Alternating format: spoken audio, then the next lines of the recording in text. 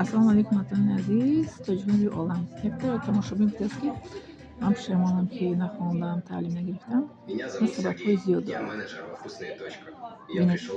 Бинед, якта пеши мо бачаҳош вақте ки мактаб намераванд, мегӯяд чӣ мактаб хонам мекунед. Бачаашон мегӯяд ки майла нахонем. Ан бачае ки мара дар Чечня тӯҳмат карданд, ан бача акаш қати хоҳараш қати мактаб хонагӣ нестад. Гуфтам ко тӯҳмат кардан ба чеченцо бобуш кардан ки бахшиш пирса як кора намекунем, як карди ба мутра корта мекунем. Ҳақиқат алан бача мактаб хондагӣ набуд, мабра акаша хоҳараш. Вақте ки мактаб мерасем як дигимшон мегӯям мактаб мехоҳӣ хонад, учак мехоҳӣ нахонӣ, наравӣ хонад. Чӣ мегӯянд, роли асосиро модар мебозад дар нисбати таълими зан. Модар мегӯяд ки боҳои 3 мактаб рафтем, ба бовари боиси одам мактаб намеравад. Кӯшиш мекардем ки боиси нагирем мо. Ҳамин модар чӣ хел мекунад? Инҷо ура модарош гуфта ки мактаб нахоҳӣ хондан, мери мактаб. Нахондан мактаб. Эсни видео мактаб пахш намекунад, нависанд дар WhatsApp голосовое мекунад, чӣ мегӯяд чӣ бача доим голосовое мекунад. Мегӯяд мактаб хондагӣ нестем. Ин дар вақти пеш аз 91 сол пеш аз пуш бурдани СССР. Аммо дар ин дар вақти СССР мегӯяд ки боҳои 3 одам мактаб намерад, балки боҳои нағз гирем мактаб гирем, боҳои 4-5 гирем. Духтарчаи ма бо мисол бонашон духтарча мисли видео математикаро нағз намегирад. Чуҷо математика қина. Ман намехоҳам математикаро бихонам. Ман гуфтам духтарча мефаҳмад, духтарҷон, фани ҳама муҳим дар ҳамин дунё барои мо математика аст. Ҳисоб ки дар вақте ки дар транспорт меравӣ, ягон сумта кам ё зиёд метиҳанд. То ҳисоб китоб карда метавонӣ ки сумтро кам додем ки зиёд додем. Як магазин мери харидӣ, сумтро кам додем зиёд додем ки ҳисоб китоб карда метавонӣ. Диди духтарҷон, чӣ хел чизи муҳим аст дар зиндагии мо. Духтарча меҳр карда ба фани математика ози баъзе ҳамсинфҳош ёрдам мекунад ба аз фани математика, алгебра, геометрия мехонам ози. Бале. Бинед ки дар ҳамин дини ислом олимҳоро модарошон роли асосиро бозидагӣ кард. Аввали бисёр модаршон мекарданд, дастгирӣ мекарданд доим. Ҳатто мегӯяд ку дар як нақлшнома кӯдак будам, осмона мисли хонача мегирем, таги сабада пинҳон карда ба ҷо карда мемондаша ки пешак ягон ҳайвон даст нараста кӯдака. Кӯдакиёш да ёдиш омадагие ки модараш мадраса мебард, дар кӯдакиш Қуръонро ҳифз кард. Пеш аз он ки мадраса равад. Мошофири модараш 5 солагӣ дар пушташ гирифта аз Миср Мадина Мунаввара бурдагӣ барои таълим гирифтан. Анас ибни Маликам вайшон модаршон гирифта овардагианд 4 сола.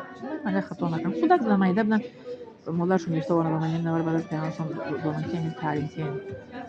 Хоб бо ки рависа дориш муданд.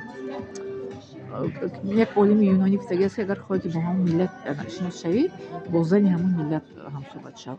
Ва дар арабо дар масъала аст ки зан мактаб аст. Агар занро таълим додӣ, бидон ки миллат таълим додӣ. Яки модар ин чизи асосӣ барои таълим гирифтани фарзанд аст. Чанд мисол шумо баром хастед. Вақте ки модар агар ки фарзанда дилтинг накунад, поддержка накунад, барои ки модар 70% тарбияро кӯдак ай модар мегирад. 30% падар мегирад. Падар кор мераса ҳар шаб мегирад. Модар бисёртар бо ҳамроҳи фарзанд аст. Чӣ гуна бисёртар? Дар бақаш модар кӯдака мегирад, қариб 9-10 моҳ мегардонад. Бо ура мемакона мисол шаб сарига ҳавора мешазад. Хоб аввалин ҳарфҳои калимаҳои ки ёд мегирад меяд гӯям наро ёд модар кистон ба замон гирифтам. Як ҳарфи ду ҳар дар замона алфоз меҳодат сано. Як ҳарфҳои аввал кӯдак ай модар мегирад. Чизҳои аввал, қадамҳои аввалу ҳарфи аввал шуд. Ҳамаи таълимоти асосиро модар ба кӯдак метиҳад, барои ки кӯдак бисёртар ба модар бовар мекунад. Барои чӣ ки барои ки модар мемаконад, модар ӯро мебардорад дар батнаш. Ва калом кишид, падар дар мисобат чӣ мекунад? Такя мекунад. Яке аз худиш модар бисёртар падар ба калом кишид, падар модар баробар меша. Барои ҳамин кӯдакро бояд ки меҳр дар дилш ҷо карда накунад. Мисол модари ҳатӣ мегӯяд ки як ҷо ки мери неста мурахти раҳи рафтан аст, омадан нест. Ай модар фаҳмидагӣ боз аст ки забреш не зона мегӯянд ко ман нагӯ. Ай модар фаҳмидагӣ. Бале. Никоҳи моро номаи моро модарам тафтиш мекард, падарам имзо мегузошт дар вақти мактаб хонем. Мо мактаб мехонем, модарам тафтиш мекард ҳои моро, падарам мегӯяд ки имзо гузор гуфта. Нехел кӯдака ҳавасманд мекард. Падари раҳматӣ чӣ моро ҳавасманд мекард ки каси мактаб бо боҳои аъло 4-5 агар бе боҳои 3 чораки охири мактаба спора, ки ҷое ки хоҳем ба чизе ки хоҳем шуморо ولی که میبرم شیست میگیرم پدرم گپش است نمیکرد گپش میتپید سامالیو قتی پویز قتی اتوبوس قتی چیزی که خواهی میگو میبرم تو ما که ما با دوی با 4-5 میسپرم پدرم بودم دوی مرا میگفتن سفر میبرم اوزبکستان قزاقستان سامالیو دا پویز میگیم سیم فی 5-6 اول که مرا چیکار سفرشون بود اگه ما پدرم بودم برای تعلیم میفتن از چیزش میگن ریشش از مادر است با کلام کشید آدم خودش که میگه که علاقه که تیاره تیار کنه یعنی میسوی مرا تیار کردم پیش ارزو چه میگن سخنرانی خوشم قدی با خدا خودش علاقه تیاره میاره و خودش میدونه که چی بکنه چی کنه کلام کس پدر خود کنه ولی پشیمونی سود نداره پشیمونی سود نداره نه خود کار رو دارونی تو ولی پینهانی کسی که چیزی که خطا نگاه میکنه چیکاره که از دست دادی دیگه رو گرفته نمیشه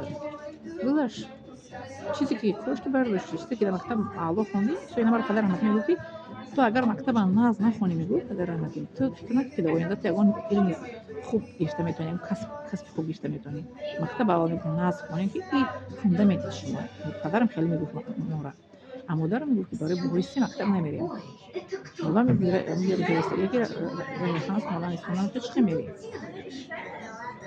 اصلا میکردن که با هوی علاقه خوب علاقه خانی سلام تماشا برای خدا برای اصلا کار داره که میشه که خانی خیلی چیز نمیشه خرده میتیم خدا که اصلا میشه بعد آینده خدا میشه چه در جمعیت منفعت وار میشه نیست که نه ما منفعت وار شدیم کار خانی تاریخ نمیتونیم سو وارثن ما علاقه 23 سالگی منفعت وار بودیم چه در سودان چه در مسکو ترجمه میکردم با این بودم با переводчики میکردم ای 20 سالگی منفعت وار هستم از سال 95 31 سال شد ما منفعت میبرم میسوات بشم که منفعت وار میشه وقت در آینده ولی خب باید احساس کنم میگم نشون